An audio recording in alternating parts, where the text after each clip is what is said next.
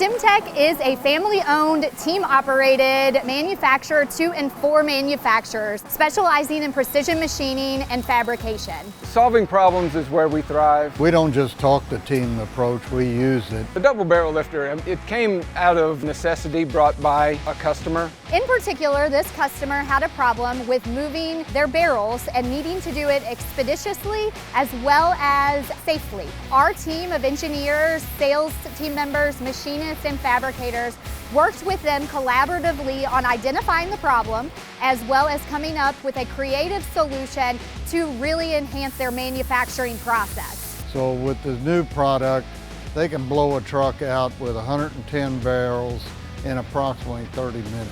Double barrel lifter is a fork truck extension that's going to enhance the capacity of lifting barrels in the bourbon industry, the wine industry, the beer industry, basically to increase the operator's safety and increase their capacity. When you take a look at the design that we have created, it will connect to any type of power source, be it a hydraulic, pneumatic, electric power source, could be a fork truck, could be a skid steer, anything that would take that type of hookup. The other design feature is the removable grips. They are hardened, they're at about 35, 36 Rockwell, but when they do wear out, you just pull one out, put a new one in. It can hold empty barrels to full barrels, and it actually will grasp more than 50% coverage. It's actually over the minimum standard. We are not limited to just a barrel. There are several iterations and sizes of barrels, drums, vats in the marketplace. We've got the engineering capabilities as well as the broad spectrum of our patent pending design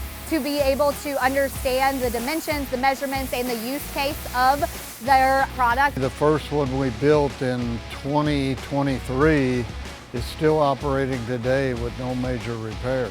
What our customers and partners have found is that they've been extraordinarily pleased with their capacity and moving the barrels. And it's going to be even more exciting to see the evolution of where it's going to go from here.